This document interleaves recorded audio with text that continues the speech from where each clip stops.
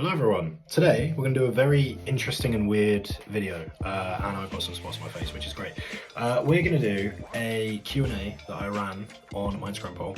I'm going to run through some of those questions and give some answers, ignore my post-workout behind it. Anyway, so the first question comes from Omar. Shout out big Omar. Would you rather lose all your clients or your physique? Now, this is a bit of a tricky one in terms of... because the question really, in my opinion, right, comes down to, by the way, feel free to play along with this. The question here comes down to, can you regain it or not, okay? I think if it was a case of like, you could regain it, oh no, that's so tough. I was going to say client, okay, and initially, right, let me walk you through my process. So initially I was going to say clients because I was like, I could easily get them back, but then I was like, hang on, that means I don't get to work with the people that I'm currently working with, and I really love my clients. I've got a really good team at the minute, so no, I'd go physique all the way, okay? Whether it's like, it's permanent loss or temporary loss, it's got to be physique. I'm too invested in my clients, I don't care. Because like, yeah, theoretically, if you could get it back, you could get back. Like, getting back a physique would be easy because it's the same physique, right? You just get the same amount of muscle mass, it'll roughly look the same. Whereas with like, I could get back up to my client totals I have now, but it's different people, and that's not as fun. It might be more fun, but that's a big risk. And then if it's permanent, it's like, okay, well, my career pays the bills, and is a lot more satisfying. So we're going for that one. We've got from Matt, would I rather have a conversation with the new gen science-based lifters or put my balls in a vice?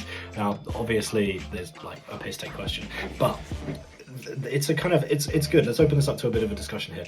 Now, the new generation of science-based lifters is very much a case of like hyper optimization to the point of losing yourself. Now, back when I was kind of up and coming as a coach, I say it as if I'm at the top. I'm really not. I'm still up and coming. But a couple of years ago, when I was really kind of in the early days of coaching, the word optimal used to get thrown around. It was kind of the initial renaissance or kind of introduction of like cuffs and bands and reverse banding, and like everyone was a big fan of it. Everyone suddenly became aware of resistance profiles, I think because JP probably talked about it, and everyone suddenly got aware of the word cuffs, and like the coolest word you could use was biomechanics and stuff like that.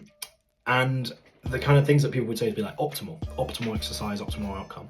And at the time I would be like, yeah, you know, optimal, cool. And then I kind of got a bit older and a bit further along into coaching.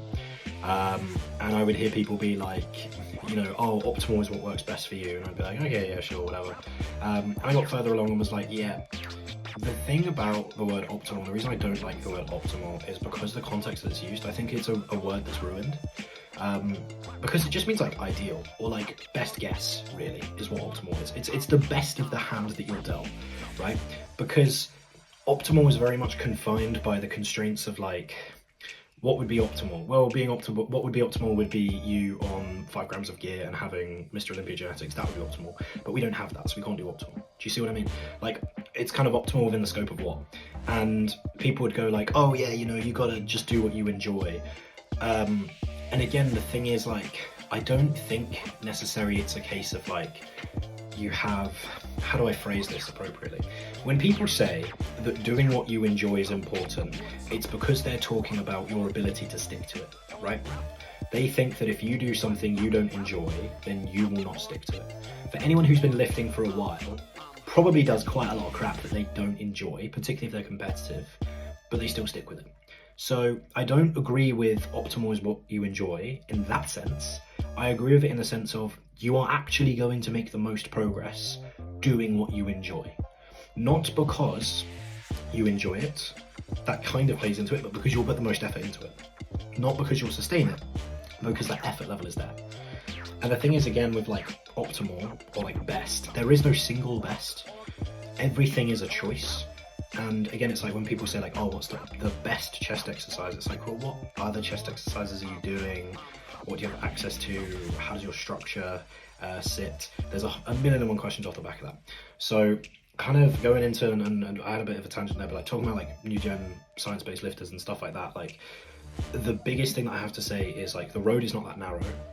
Yes, it's good to look at research and say this is probably a good idea, but be aware that there are still trade-offs to your approach. So, for example, I spoke about like stability maxing, or like trying to get the most stability in and amongst as many exercises as possible. And like, yeah, from like a multi-unit recruitment and from like a short-term hypertrophy study, fantastic, brilliant, lovely. However, there are implications from that. Go and talk to a physio, go and talk to an osteo, go and talk to a rehab specialist about externally stabilized exercises, and say, hey, I only do these, what's the concern? They'll be like, oh my God, you're almost certainly gonna get injured. Because if your body has an immense level of strength, but very poor stability around a joint, you are a ticking time bomb for injuries. A lot of the time injuries come from weakness or instability. And that weakness can be specific to instability or specific to exercises that you don't tend to run. A lot of the reason why bodybuilders get knee issues is because they can hack squat like 1,000,000 plates, but they can't really actually stabilize themselves when they're going down in a normal bodyweight squat. They can't hit depth in a normal bodyweight squat. And that instability around the hip or the ankle can over time cause a little bit of tension and torque across the knee or across those joints, the hip and the ankle, and over time that causes knee pain.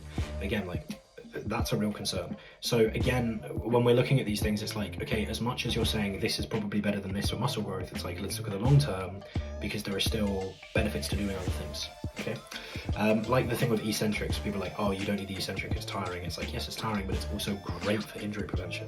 It's also good for limiting how much load you need to use. It's also great for making some harder machines a lot easier to use. Or sorry, easier machines a lot harder to use. So you don't have to, like, in my gym's fantastic, but they don't allow gym pins, and a lot of the stuff I use is pin loaded. So I'm gonna use slow eccentrics, like, because there is no other way around it. I physically either do the machine with a tempo that allows for appropriate proximity to failure, or I don't do the machine. Anyway, final question, because this is going on longer than I thought. Maybe I'll do a part 2, who knows. This comes from Cam's Fitness. Big up, Cam. So, he put, only eat oats for every meal or sleep binge once a month. And he explained the rules in the DM. And basically, it has to be whey, oats, and a fat source optional, but a fat source of my choice. Every single meal. Minimum oats has to be like 30 grams or something. So I can't just have like poverty portions. Or, once in my sleep, every single month, and I don't get to pick when, my body will wake up in the middle of the night and go and binge on 10,000 calories. And there's nothing I can do. Okay, there's nothing I can do. And you don't know when it's gonna happen. Now, it's gotta be the oats. You've gotta pick the oats. Like, that sucks, but it is what it is. Like, I think if I live in a world where I'm given that choice, I'm like, okay, oats it is. I'll get some savory wheys, you know, I'd fucking hate it, but at least I'm like not killing myself every month. Because imagine like your blood's come back bad, or you've like had an untracked meal already. You can't have untracked meals. You literally can't, because you're fucked. But like, imagine your cholesterol, and you're like, your cholesterol's fucked, and you're trying to get it in line. Sleep binge, you'd be twatted. No, it's got to be the oats. It's got to be the oats. And then I'm using side salads in there.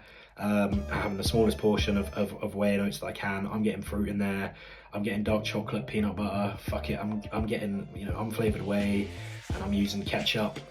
I'm finding a way. I'm finding a fucking way. As in W-A-Y. Fucking hell, this YouTube video has been shit. Anyway, if you've got any different responses to those questions, let me know. My links are down below if you want to get coached by me for whatever reason. And also, if you want to ask any questions, then hit me up on Instagram. Cheers everyone, have a good one, bye.